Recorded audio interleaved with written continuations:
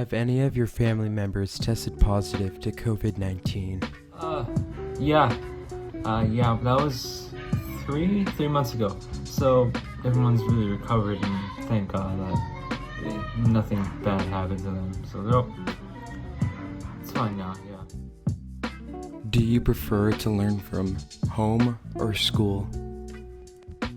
The reason I prefer to learn from home more is because I usually find it more comfortable living at my own house, and I like learning from home more because I get to wake up less early and I get to not do that much schoolwork than usual.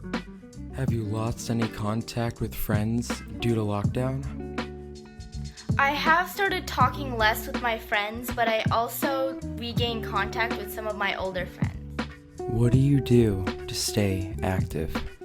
What do I do to stay active? I go out on walks with my family, and especially with my dad. And since school has started, and I'm in marching band, we work out on camera together, so that's what I'm doing to stay active. How often do you leave your house? Landy, I leave my house about every 4 to 5 days to go to the store and to get groceries, and it's just good to get out of the house every once in a while. Is it hard for you to focus at home? I wouldn't say it's hard for me to focus as a student. I would say it's pretty mediocre for me because sometimes I have internet issues, but other than that, I get the academics.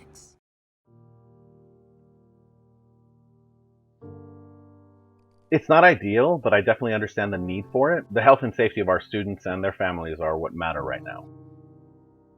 What's difficult is not being in the room with my students. I can be really gregarious and I really love teaching. I love connecting with my students and getting to know them on an individual basis. Not that I can't do that now, but it's obviously not the same. As hard as this has been for me and my family, I can only imagine how much more difficult this is for my students. Breaking up the routines, the fact that there's no separation between school and home, that's got to be super weird. Fortunately for us personally, my wife and I are both teachers, so helping our 2 children hasn't been too challenging. But for students who don't have that as a resource, I can only imagine how tough it can be.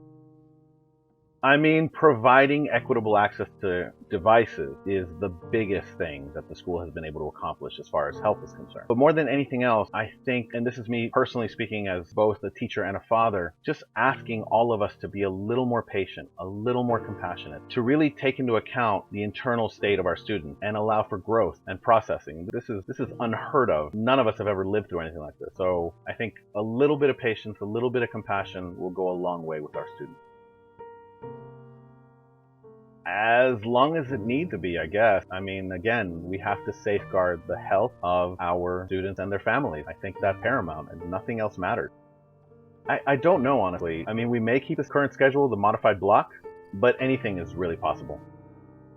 I do know that there are some metrics in place from the state. As of this morning, I read that LA County is pretty close to coming off the state watch list. That would actually bring us one step closer to in-person teaching. I mean, that would be ideal, but if we were to suffer one case at Elko, I would assume that that would mean a closure of the school again for at least 2 weeks. It's a really, really tenuous situation. The most important thing and the most important piece of advice that I can offer the students is communicate with your teacher. You guys are all young adults. You have to let us know what's going on with you, what's going on with your life, what's going on with you internally, all of that. Reach out to us. Let us know that you might be struggling a little bit. I can promise you that the best thing we can do is be a little more patient, a little more compassionate, a little bit more understanding. But more importantly, we will believe you. I think that's what you guys should do, the students. Hey, I'm Ashton Summers. I'm here for El Camino Reality, and we're here to look at the Black Lives Matter movement protests that are going on at the school.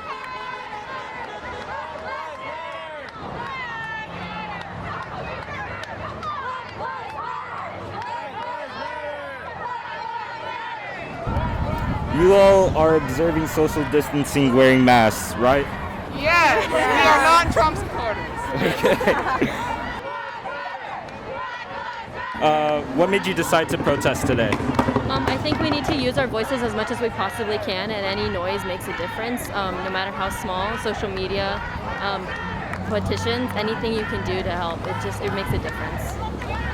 What other things have you done to make a difference? I think signing petitions is a huge thing that you can do, spreading awareness on social media. And then also we're speaking out at the board in support of the Black Lives Matter resolution. And I'm trying to get a lot of other people to do so as well. This is more local just for this school. Right. And I think that'll make a big impact. So far we have about 10 people speaking to the board. Yeah, so hopefully we can get up to like 40 at least. Do you think it will happen like before the end of this year? So the board meeting is this Thursday, so tomorrow. Wow. Yeah, so we're still working on our speeches, getting them edited, and so hopefully it does influence their decisions.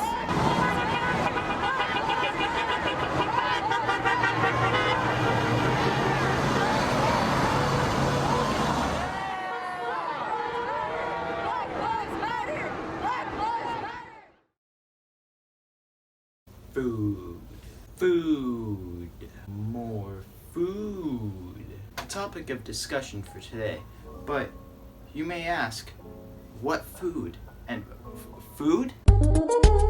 I'm gonna be presenting a top 10 list of my favorite takeout restaurants, and of course this is my opinion, although we all know I have the best taste in the world. I mean, there's no doubt about it. Like, First restaurant to start with is In-N-Out. There's no difference between takeout and actually dining in. You know what? Yeah, I think it's gonna be a definitely an S tier. We have Something's Fishy. So far, I haven't came across anything that's better. I'm gonna go with a B for now. So I'm gonna speed round it now. So next is Noah's Bagels.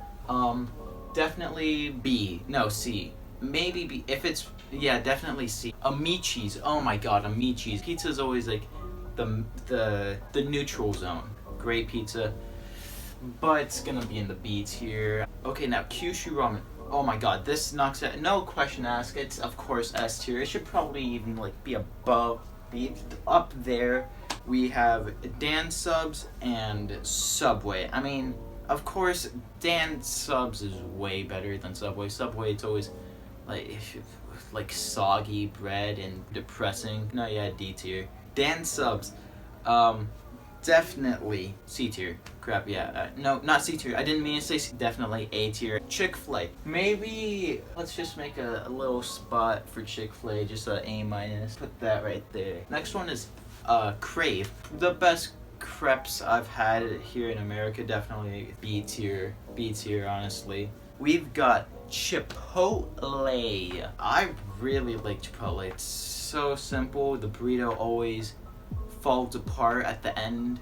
I don't think I've ever had any burrito outside of Chipotle, so that might minimalize my taste in burritos, but we all know I have the best taste. I'm gonna go with C tier. I still think it's pretty good. If you are not satisfied with my list, you definitely don't have a good taste in food.